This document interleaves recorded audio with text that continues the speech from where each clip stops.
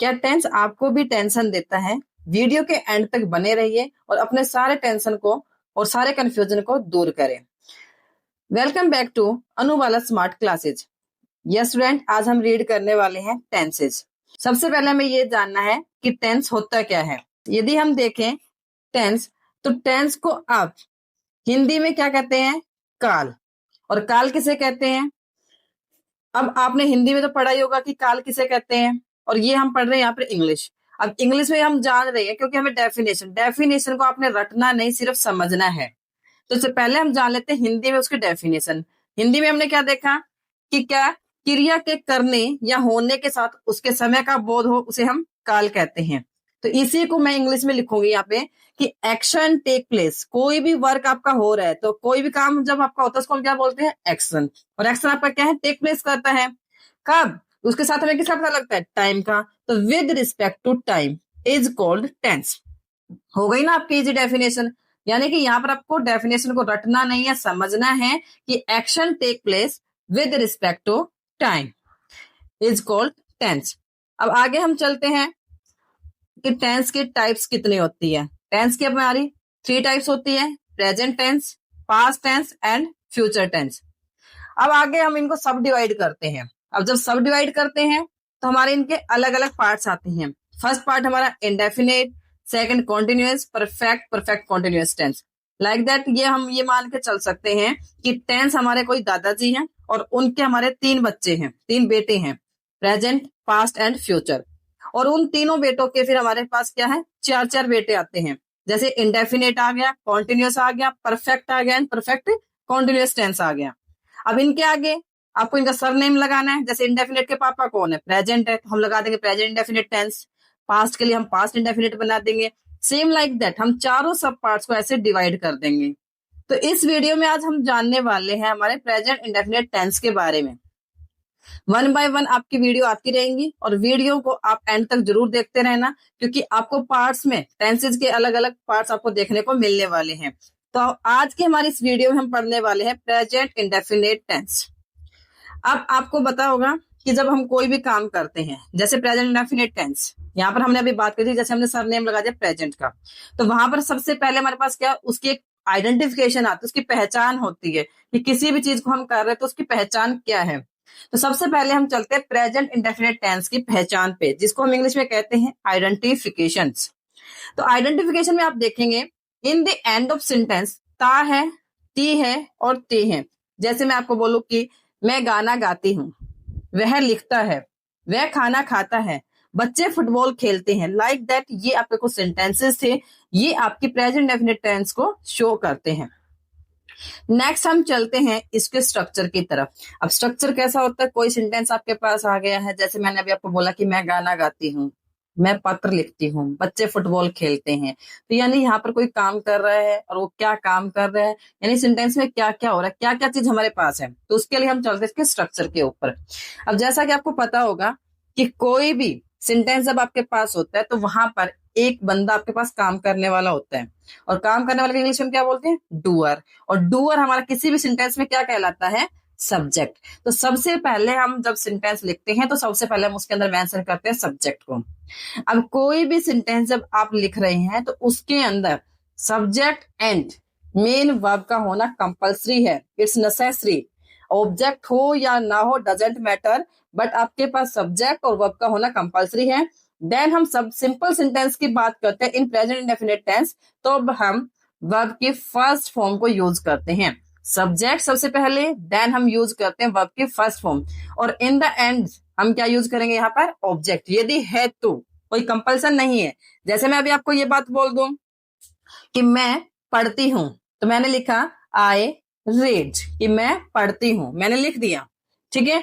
अब मैं यहाँ पर दूसरा सेंटेंस भी कर सकती थी, क्या? कि आई रीड बुक। अब यहाँ पर आप सेंटेंस देखो कि मैं पढ़ती हूँ, ये भी अपने आप में एक सेंटेंस था, और आई रीड बुक, मैं बुक पढ़ती हूँ, ये भी अपने आप में एक सेंटेंस है। तो इसीलिए कि कोई भी जब सेंटेंस होता है तो उसमें ऑब्जेक्ट हो या ना हो doesn't matter, but subject and main verb का होना कंपल्सरी है, तभी आपके सेंटेंस की सेंस कंप्लीट होती है। तो नेक्स्ट हम देखते हैं कि हमारा ये तो हमारी बात आ गई थी कब? कि सब्जेक्ट वर्ब की फर्स्ट फॉर्म और ऑब्जेक्ट। दूसरा हमारे पास स्ट्रक्चर बनता है कि सब्जेक्ट वर्ब की फर्स्ट फॉर्म के साथ हमारे पास लग जाता है एस या ईएस और प्लस में ऑब्जेक्ट। अब यहाँ पर एस या ईएस लगा है। अब आपके माइंड में गेम आ रहा है कि मैम ने एक बार आपको वर्ब की फर्स्ट फॉर्म बताई है, सेकंड टाइम वर्ब की फर्स्ट फॉर्म के साथ में एस या ईएस लगा दिया है, तो ये किस चीज के लिए लगा है? जब आपके वर्ब के फर्स्ट फॉर्म के साथ एस या ईएस लगता है तब हम कब लगाते हैं उसको? जब आपके पास जो डूअर है, जो सब्जेक्ट है, वो आपके पास सिंगुलर हो या वो ही, सी, इट, इनमें से कोई भी चीज आपके पास, यानी कहने का मतलब ये सिंगुलर नाउन हो। जैसे किसी का नाम भी यहाँ पर हो सकता है, या किसी का नाम लिख सकते हो। जैसे मैंने एग्जांपल लिखा है यहाँ पे कि राम इट्स। अब राम भी क्या है आपके पास? सिंगुलर है। तो हम ये चीज देख पा रहे हैं कि जब हमारे पास सिंगुलर नाउन की बात आती है तब हम क्या लगाते हैं? वर्ब की फर्स्ट फॉर्म के साथ में एस या ईएस। क्लियर? नेक्स्ट हमारे पास आता है वर्ब की फर्स्ट फॉर्म। वर्ब की फर्स्ट फॉर्म को हम कब यूज करते हैं? जब हमारे पास जो सब्जेक्ट है वो हमारे पास क्या होना चाहिए? प्लूरल हो। Like that I, we, you, they and plural noun. यानी कि जब हमारे पास सब्जेक्ट हमारा क्या है? प्लूरल रहने वाला है, then we use only verb की फर्स्ट फॉर्म। ठीक है? और जब हमारे पास जो सब्जेक्ट है he, she, it and singular noun, then we use verb की फर्स्ट फॉर्म प्लस में एस या ईएस। ये थोड़ा सा यहाँ पर प्रिंट में मिस्टेक है, वर्ब की सेकंड फॉर्म नहीं आएगी, यहाँ पर आएगा वर्ब की फर्स्ट फॉर्म प्लस में एस या ईएस, जो कि आपके मेन स्ट्रक्चर में मेंशन कर दी गई है। अब हम चलते हैं इनके थोड़े से एग्जाम्पल की तरफ। एग्जाम्पल जैसे देखते हैं कि एक्शन किस टाइप से हो रहे हैं कि वह खाना खाता है। अभी जैसे बताया था कि वो क्या है? खाना खाता है। तो क्या है आपके पास में? वह। सब्जेक्ट कौन है सेंटेंस में? वह। तो हमने वह के लिए, वह कौन है यहाँ पर? खाता है। कहां से हमें पता लग रहा है कि हम यहाँ पर क्या है? मेल की बात कर रहे हैं, और मेल के लिए इंग्लिश में क्या लगता है? ही। और फिर हमारे पास वर्ब आती है। खाना खाने की जो वर्ब होती है उसको हम इंग्लिश में बोलते हैं इट। और यहाँ पर आपको अभी बताया था कि जब ही आपके पास सिंगुलर सब्जेक्ट है तो सिंगुलर के साथ हम क्या लगाएंगे? एस या ईएस। तो इट के साथ आपने लगा दिया यहाँ पर एस। तो ही इट्स। और वो क्या खा रहा है? ऑब्जेक्ट क्या है? कोई चीज वो खा रहा है, यानी ड्रिंक करने की भी हो सकती थी, खाना खाने की यहाँ पर है, एप्पल खाने की बात हो, कोई फ्रूट वो चीज खा रहा है, कुछ और भी एनीथिंग वो कुछ खा रहा है, तो उसके लिए हम यहाँ पर लास्ट में, यानी एक ऑब्जेक्ट हमारे पास, यहाँ पर ऑब्जेक्ट क्या है हमारे पास में? खाना। तो ही इट्स द फूड।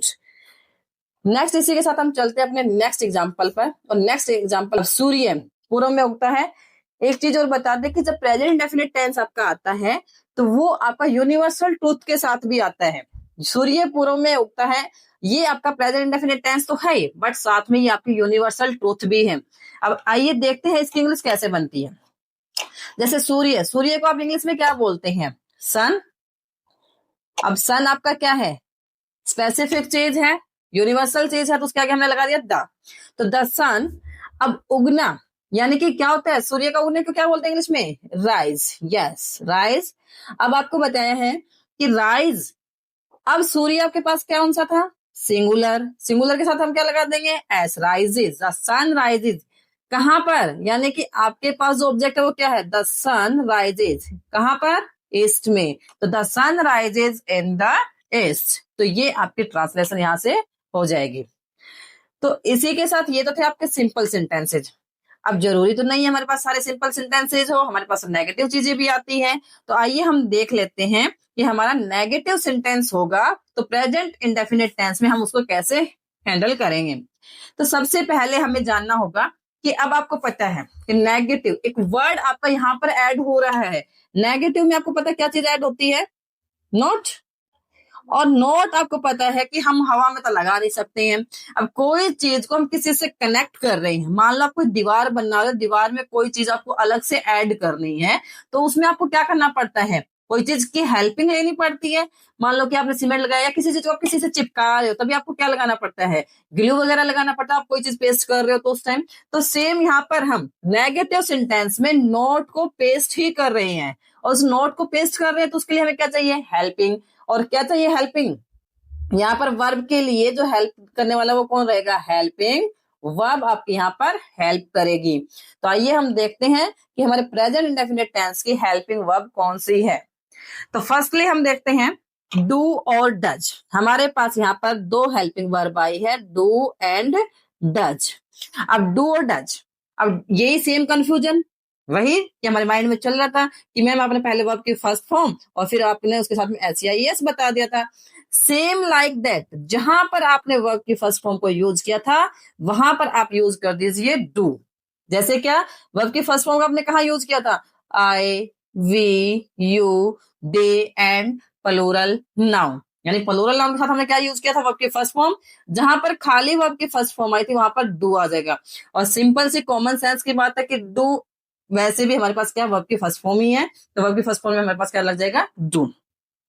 फिर आपके पास दूसरी चीज आ रही है क्या, कि वर्ब की फर्स्ट फॉर्म के साथ में एस या ईएस था, यानी कि अब यहाँ पर डू था हमारे पास, हमने क्या लगा दिया, डज। अब डज के लिए समझ रहे हो, वर्ब की फर्स्ट फॉर्म के साथ एस या ईएस लगा, यहाँ पर भी तो सेम कि जहां पर आपके पास में सिंगुलर नाउन की बात हो रही है, जैसे ही, she, it and singular noun, जहां पर आपके ही, she, it and singular noun की बात होती है वहां पर हम यूज करेंगे does. Got it? Yes. Next हम देखते हैं अब इसका स्ट्रक्चर।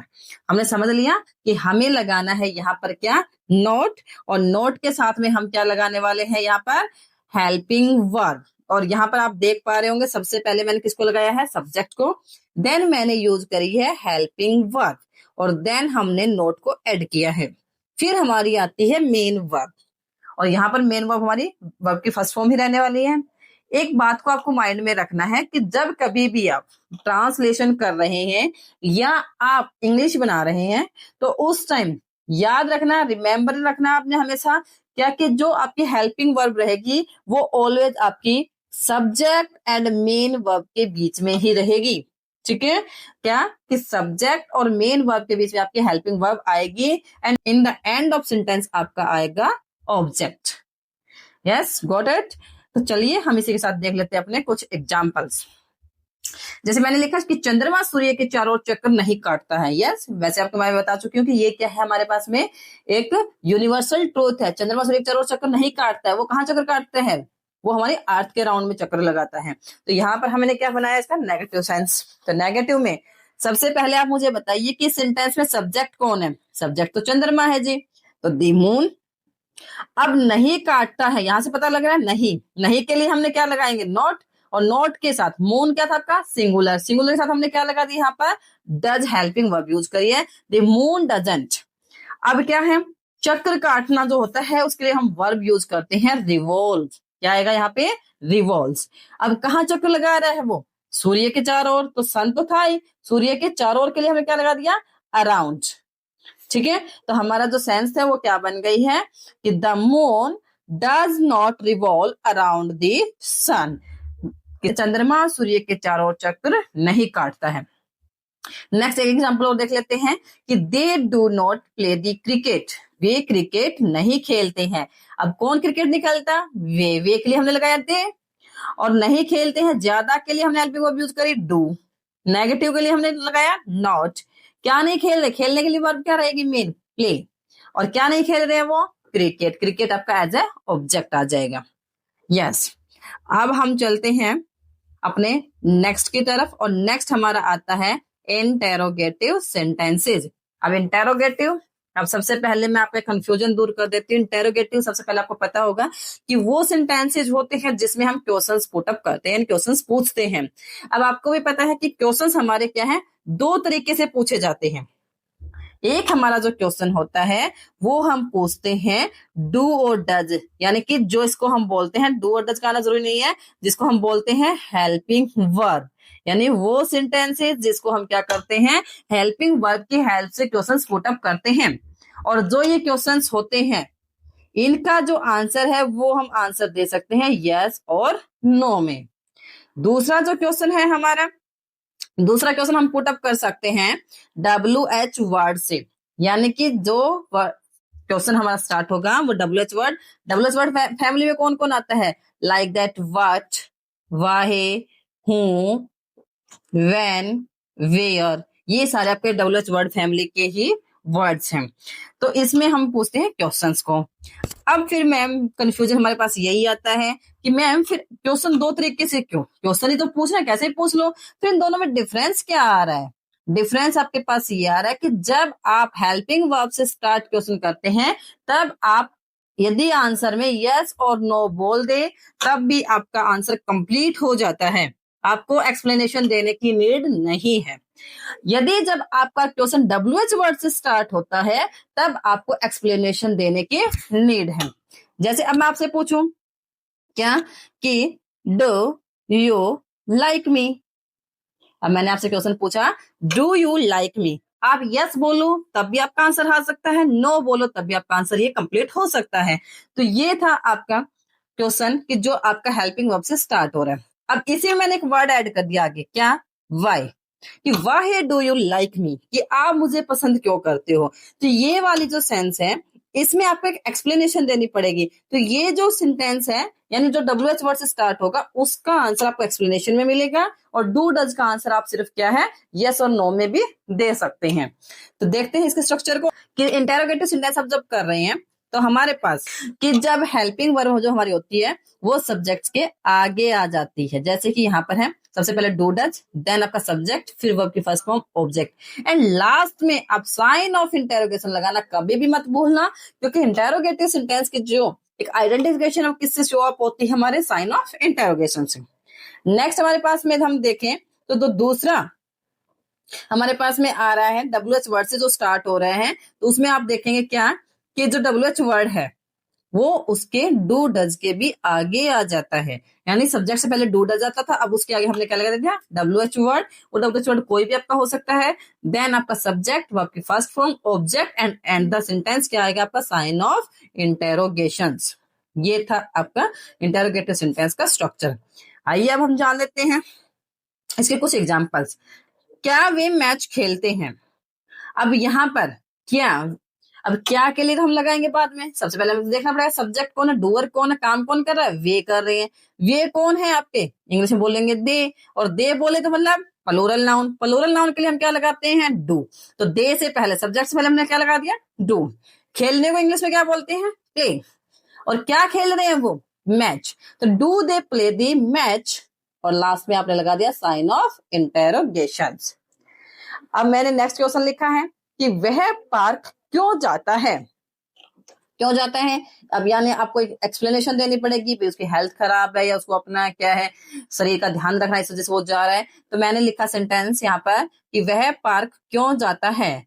तो सबसे पहले वह हमारे पास क्या था सिंगुलर, ही के साथ हमने लगा दिया डज। अब क्यों, WH वर्ड तो किसके लिए है, क्यों को इंग्लिश में क्या बोलते हैं हम वाई, तो वाई डज ही, और जाना क्या होता है गो, और कहाँ जाने की बात हो रही है पार्क, और लास्ट में हमारे पास में sign of interrogation, why does he go to the park, वो पार्क में क्यों जाता है।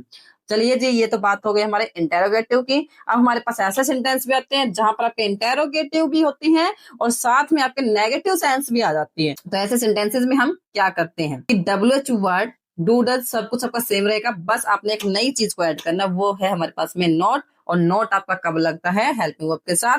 बट इंटेरोगेटिव सेंटेंस में हेल्पिंग वर्ब हमारे सब्जेक्ट के पहले आ जाती है और सो नॉट हमारा सब्जेक्ट के बाद में आ जाएगा। नेक्स्ट हम देखते हैं, जैसे अभी आपके पास में पिक्चर्स दिखाई गई है, इसमें आप देख सकते हो कि आप इसके लिए कौन सी वर्ब यूज कर सकते हो। ये आपके लिए है, जैसे वह गाना क्यों नहीं गाता है, ये आपका सेंटेंस आ रहा है।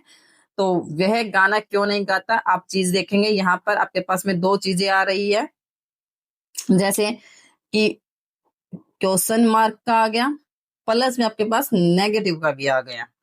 तो यहाँ पर इस चीज के लिए हम देख रहे हैं क्या कि वाहे, वाहे हमने किसके लिए लगाया क्यों के लिए, ही के साथ हम लगा दिया डज, नहीं के लिए हमने लगा दिया नॉट, और वर्ब गाना क्या होती है सिंग, और क्या गा रहा है वो सॉन्ग, तो सिंग है सॉन्ग, तो वाहे डज ही नॉट सिंग है सॉन्ग। तो ये आपकी पूरी एक सेंस बनेगी। Got it, yes. नेक्स्ट आपका चलते हैं कि ये तो थे हमारे सिंपल सेंटेंसेस की बात, और सिंपल सेंटेंसेस में आपने देखा कि हमने इंटेरोगेटिव टाइप को पढ़ा, नेगेटिव को पढ़ा, सिंपल सेंटेंस को पढ़ा। बट ये तो थी हमारी ट्रांसलेशन की बात। अब हम देखते हैं जो हमारे एग्जाम में पूछी जाती है कि हमारे पास तो मैम वर्ब की फॉर्म फिल करनी आती है और हम भूल जाते हैं कि किस तरीके से वर्ब की फॉर्म को फिल करें। तो वर्ब की फॉर्म फिल करने के लिए आपको सेंटेंस में कुछ वर्ड्स होते हैं स्पेसिफिक, जिनको देखकर आप ये जज कर सकते हो कि स्पेसिफिक यहाँ पर प्रेजेंट इंडेफिनिट टेंस ही आएगा। तो वो वर्ड्स है जिनको हम बोलते हैं कीवर्ड्स। तो प्रेजेंट इंडेफिनिट टेंस के कुछ आपके पास कीवर्ड्स है, like that, always, usually, daily, rarely, sometime, never, often, generally, occasionally, seldom, normally, hardly, etcetera.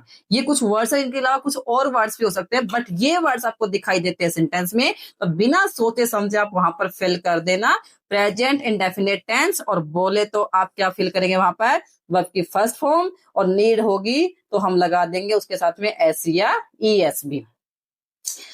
अब हम देख लेते हैं इसके कुछ यूजेज।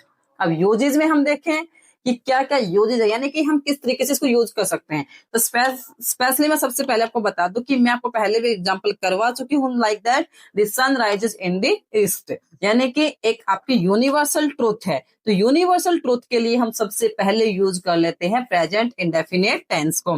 जैसे आपका दूसरा एग्जाम्पल यहाँ पर देख पा रहे होंगे आप, स्क्रीन पर आपका चल रहे हैं क्या, लाइट ट्रेवल्स। आपका ये एग्जांपल आप देखेंगे कि light travels in a straight line. ये देखिए, light travels in a straight line. तो यानी कि ये भी चीज आपकी यूनिवर्सल ट्रूथ है, ये एक साइंटिफिक रीजन है, साइंटिफिक चीज है, ये साइंटिस्ट ने प्रूव करके दिखाई है, इस चीज को हम चेंज नहीं कर सकते। तो यूनिवर्सल ट्रूथ में, यूनिवर्सल फैक्ट में ये चीज आती है, तो हम यहाँ पर क्या यूज करेंगे, present indefinite tense. Like that दूसरा एग्जाम्पल आप देख पा रहे होंगे स्क्रीन पर, क्या कि the sun rises in the east, the sun rises in the east. ये भी आपका यूनिवर्सल ट्रूथ है, तो इसके लिए भी हम क्या यूज करने वाले हैं, प्रेजेंट इंडेफिनिट टेंस। और क्या था यहाँ पर प्रेजेंट इंडेफिनिट टेंस, वर्ब के फर्स्ट फॉर्म के साथ में एस या ईएस, राइजेस। नेक्स्ट हम देखते हैं हमारा हैबिचुअल एक्शन, यानी कि कोई काम हम डेली कर रहे हैं, like that normally, daily, every day, every time. जैसे क्या, सी नेवर कम्स ऑन टाइम, कि उसकी आदत है वो कभी टाइम पे आती ही नहीं है। तो यानी कि इस चीज को हम बोले तो ये क्या हो गया, यानी उसका डेली का रूटीन है। और डेली रूटीन में हमने क्या है, क्या वर्ड यूज किया यहाँ पर, नोट के लिए नेवर भी आया है, और उसके साथ हमने क्या लगा दिया, कम्स। कम्स क्या है, अपने वर्ब के फर्स्ट फॉर्म के साथ में एस या ईएस। इसी के साथ हम देखते हैं नेक्स्ट क्या है, कि सीता नॉर्मली वियर्स ए ब्लू साड़ी। यानी क्या है, सीता की नॉर्मल हैबिट क्या है, वो नॉर्मली में क्या करती है, क्या वियर करती है, वो ब्लू साड़ी को वियर करती है। नेक्स्ट हम देखें तो हमारे पास में है सेंटेंस कि I always complete my work in time.